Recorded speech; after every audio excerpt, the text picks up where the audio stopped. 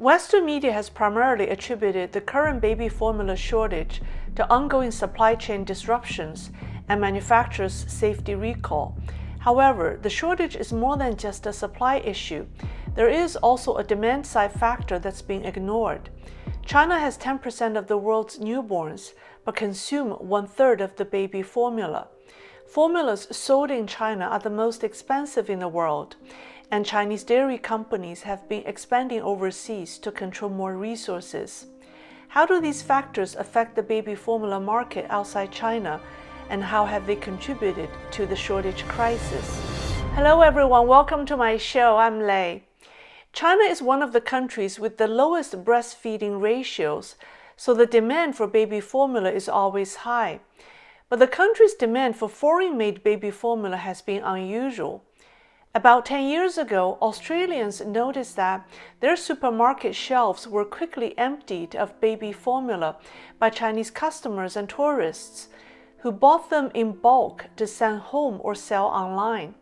Stores thus implemented limits on how much formula our customers could buy, but the shortage persisted for years.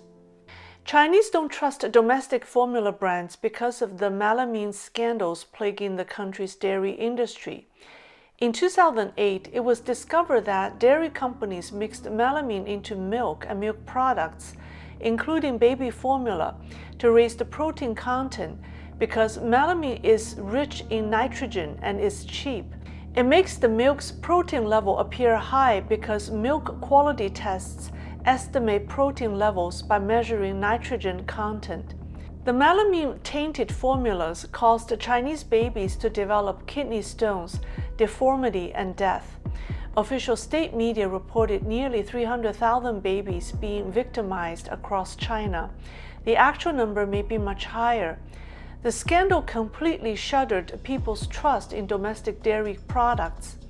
Parents are willing to stretch their budgets to the max to buy foreign formulas.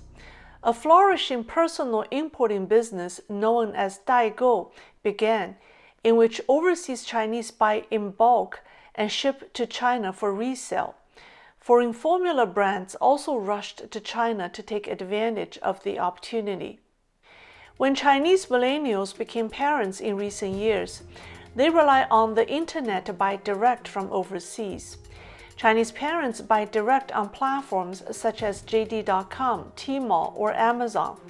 Cross-border e-commerce grew exponentially and has helped the Chinese scoop up foreign formula overseas at a lower price. The business grew so much that Li Cuizhi, a member of the CCP's People's Congress, who is also the director of a domestic dairy company, called on Beijing to ban foreign formulas from cross-border e-commerce. It's estimated that during the pandemic, 20% of imported baby formula in China is procured through cross-border platforms. In terms of dollar value, the amount is estimated to be more than the entire baby formula industry in the United States. According to the Chinese financial portal Yidian Caijin, the total value of cross-border baby formula purchases on e-commerce platforms was 20 billion yuan or $3 billion in 2019. During the pandemic, the number grew 50% and is estimated at 30 billion yuan or $4.5 billion, and that's higher than the entire U.S. baby formula market at 4 billion. It's hard to imagine this growth didn't directly impact the U.S. formula market. The $4.5 billion cross-border formula that Chinese bought includes European, Australian, and American brands. Let's assume 15% of what Chinese bought were American products. That translates into a 17% of the U.S. formula market. If 25% is American-made, that's a 28% share of the U.S. market.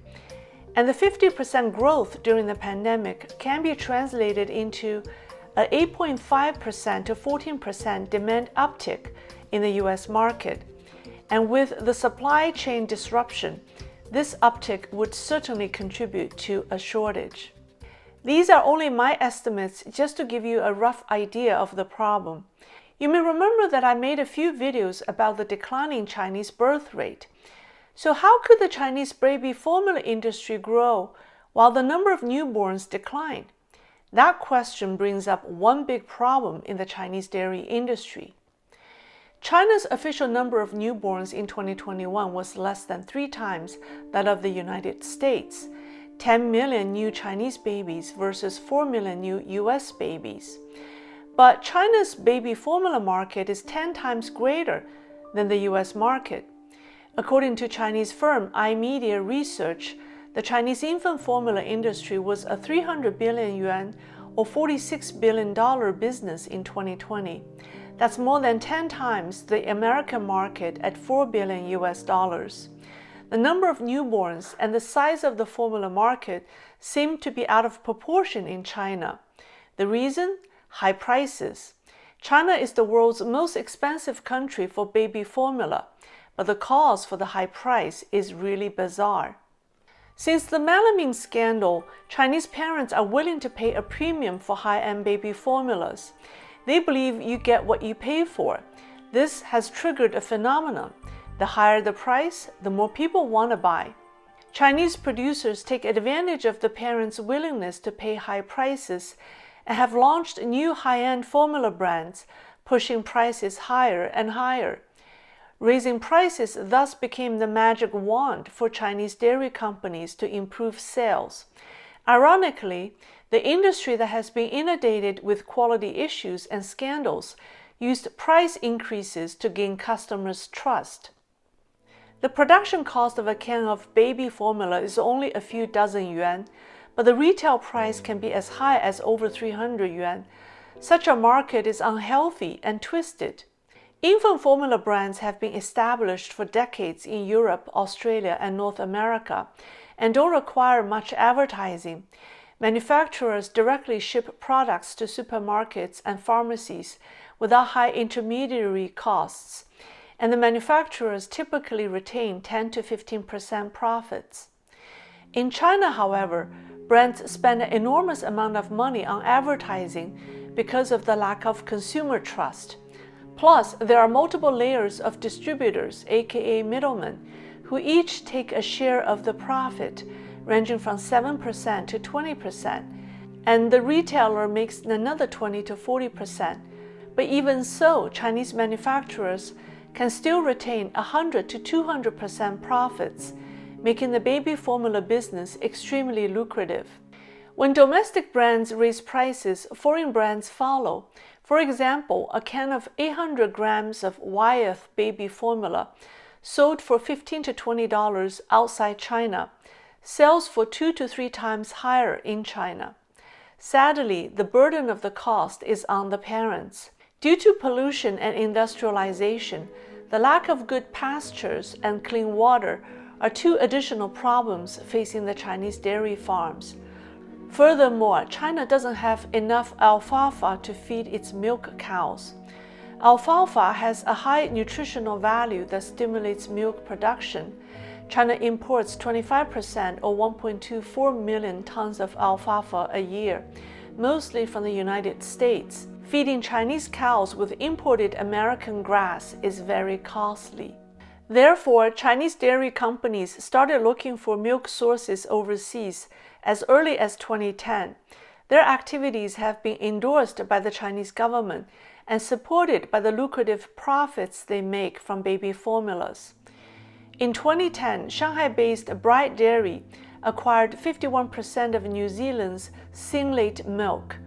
In 2015, Chinese bought Australia's largest and oldest dairy farm, the 190-year-old Van Diemen's Land Company in Tasmania.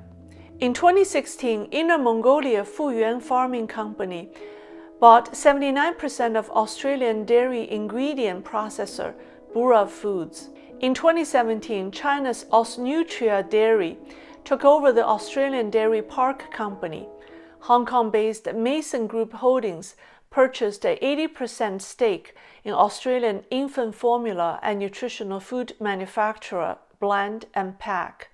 In 2017, China's leading maker of infant formula, Feihe, invested $225 million in Canada and built a manufacturing facility in Kingston, Ontario, to make goat milk infant formula. Feihe established a brand called Royal Canada Milk and listed 8 products on their website with the status "coming soon." In November 2019, China's Mengniu Dairy received Australian government approval to buy infant formula maker Bellamy for 1.4 billion Australian dollars.